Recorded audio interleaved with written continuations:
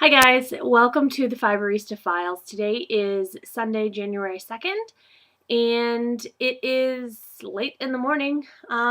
It's 2011. Well, let's see.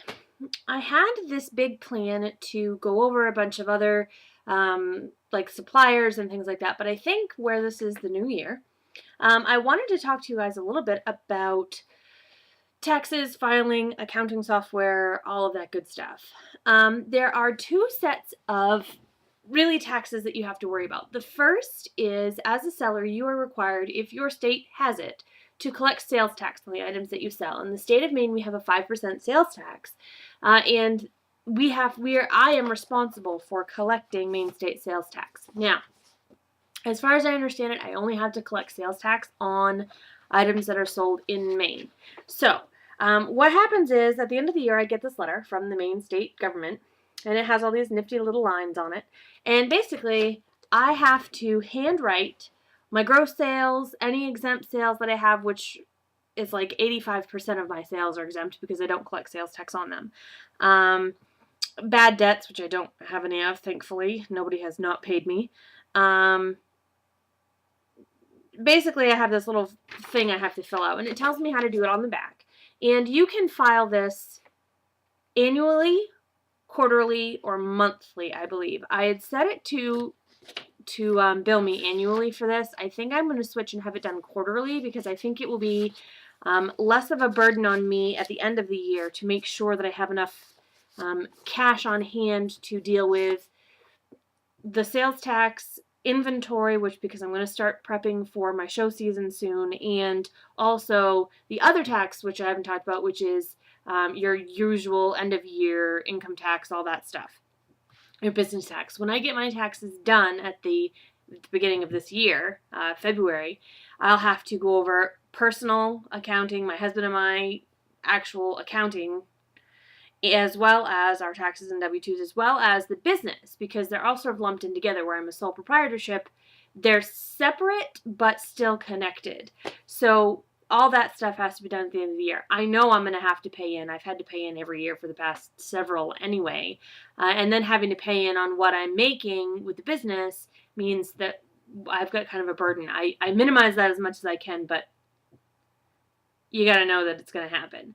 So the main fast file comes for me once a year. It's going to come to me once a quarter. It's kind of hard to see. It's kind of overexposed, but it comes in this little self-addressed envelope I've got to send in. Now, how do I know what I have to give them? Well, it's actually not that difficult. Thanks to some software that I found online. It was recommended to me from the Shannon Oakey's Professional Guide to Knitwear Design. I wish I had the book in front of me, but it's over by my exercise bike. She had suggested this free accounting web-based software called Outright, and that's linked down here in the show notes. Outright is awesome. Outright is a very easy to use. It's a great. Let me finish my sentence. It is an easy to use web-based accounting software program, and it's smart. If, for example, you type something in and it says USPS and you categorize something that you've done to the USPS as shipping, it will go through and it connects to your PayPal. So all of my PayPal transactions for the past year, it will seek out everything that says USPS and it will tag it shipping. When I go to run my tax reports at the end of the year, and there are several categories that I use, I'll get into that in a minute, I can just select shipping as the category and it will give me all of the money that I've spent in the past year on shipping. It's awesome. And it's totally free. There are several categories that my tax preparer and I set up for my business, things that I need to keep track of. There are more, but the major categories are advertising, any advertising that I did on Ravelry, on Facebook, which I didn't really do, any place that I did advertising. Fees, all of my Etsy fees, all of my PayPal fees. They go in automatically. They're separate charges, and they're all labeled that way. Shipping, I already talked about. Insurance, I do pay liability insurance. It's a good thing I have it because I can't get into shows without it. So the insurance payments, I just enter them in the check number on Outright, and there's a place for you to do that, and it will set the category to insurance, and it's easily tracked. Office expenses are ink cartridges for my printer, pens, note cards, papers, all that cardstock, all that stuff. Those are my office supplies. Those are hard to keep track of if you don't remember to put in your receipt.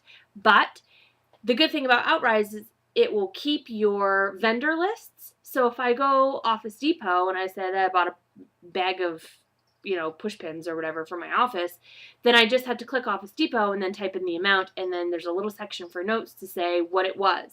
And that's it. I'm done. I don't have to re-enter Office Depot ever again. And I can check and see, well, where did I spend most of my money this year on office supplies? It's pretty cool. Supplies that are inventory. I have those as separate from office supplies because they're a little bit of a different category as far as deductibility, I guess. I don't know. My insurance guy told me to keep them separate, so I did. All of my vendors that I get my fiber and yarn from, my dye companies, all of that stuff that I do, samples, things like that, all of that. Yarn for my designs, if I don't use Highland Handmaid's yarn, if I use somebody else, all that counts as inventory supplies. So that's a category. And then the last category is the best category ever. It's the travel category and the meals category. You get reimbursed for mileage when you travel to and from shows. If you have to go, like our big city is 50 miles away. If I have to drive 50 miles to get an ink cartridge, that's a business expense. I can deduct the gas from that for my taxes. And meals. Half of every meal that you eat while you are conducting business is deductible. So every meal I eat when I'm at a vendor show, you've got to get a receipt is the only thing. Every meal that I eat that I discuss business with a friend, all of those things are deductible. They're great. And I have them. Here's my little list. And I keep this little list of categories by my computer, and I go through and I enter them all in. If you get a chance to go to Outright, do it. It's awesome. Check it out. Look at it. It's the beginning of the year, so it's a perfect time to start your own accounting software. It can connect to a large number of banks, so if you have a bank account associated with your business, then they can link to that too, as well as PayPal. And every time you log on to Outright, it will automatically update your PayPal, which is awesome. You don't have to click any buttons. All you have to do is just wait a minute, and it does it. It's fantastic. They do not connect to my bank. My bank is a very small, teeny tiny little bank, credit union here in town, and they don't connect to that, but it's fine because all of my transaction is happening via PayPal. So I enter all my PayPal stuff in, and if somebody writes me a check here in person, I will enter manually that check in, even though the amount goes into the bank, because when I order, it all comes out of my bank account. So I just transfer my money from PayPal to my bank account and go through. Maybe that's more complicated than it needs to be, but that's what I do.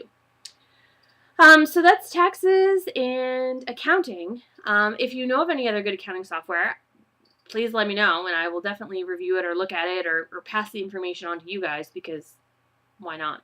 I really liked that Outright was free and that it was web-based, because it doesn't matter where I am, I can access it anywhere. So once I get my super cool internet phone, I should be able to bank to do my accounting, well, anywhere. So the only other thing I had to show you really quick was I have been in the dye pots with my white ash worsted, which is my singles fine count wool, my worsted weight, and it's going to be hard for you to see how awesome these colors are, but I was so thrilled with them I had to show them off. This is a sort of almost a minty spring green. This is called Lord of the Flies. Love it. They're not quite dry yet, otherwise they'd have been all rescanned by now. I forget what I called this one, but it's the most brilliant aqua blue. I freaking love it, and it looks great with the green. So there may be a two-color design here happening soon.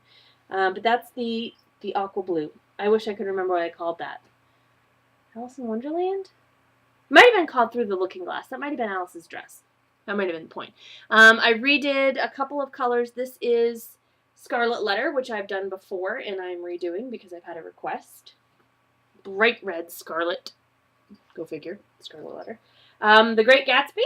This is the green of that dock light, which, of course, it's all messed up now, but it's a dark, sort of myrtle-y, bluey green. I wish these colors would show up better on my computer, but unfortunately. This one is called the Tempest. This is like a faded colonial blue. It almost looks purple in this light, but it's really not. It's like that blue in between blue and purple. It's beautiful. This is the Tempest. And then the last one is called Lolita. I had a little bit of fun with that one.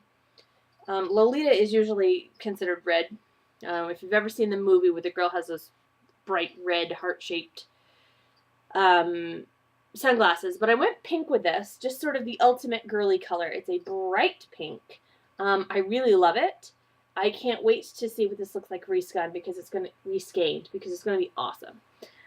It's sort of similar in color to the Survivor sock yarn that you may have seen in my shop before, but it's a little bit more faded. The thing that I love about this yarn is that it is it's a fine count wool, so there are a lot of scales, and the scales are tiny, and they're very thickly laid on each other.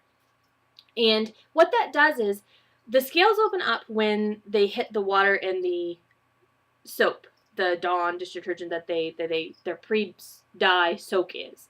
When the dye goes in, it goes in beyond those scales into the middle of the fiber. So what you're left with is, once it's all done and dyed and heat set and all that, and the scales lay back down, you have this almost translucent color because you're actually seeing the color through that layer of scales.